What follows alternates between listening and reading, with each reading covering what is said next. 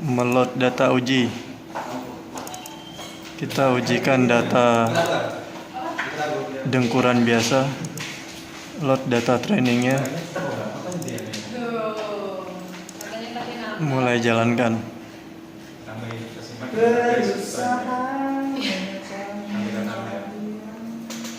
Yang merah adalah gelombang sinyal dengkuran terdeteksi.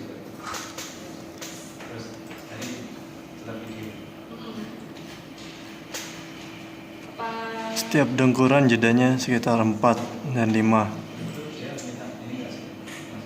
Jumlah dengkuran adalah 7.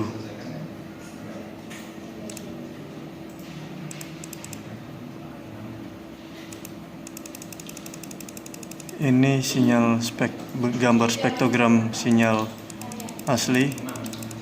Ini MFCC dari sinyal input. Sekarang diujikan data dari apnea, gabungan dengkuran biasa dan apnea.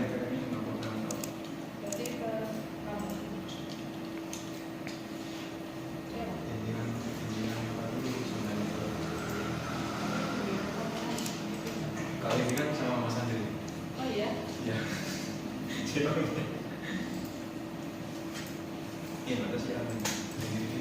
Matahari menyinari dengan perasaan cinta, tapi mengapa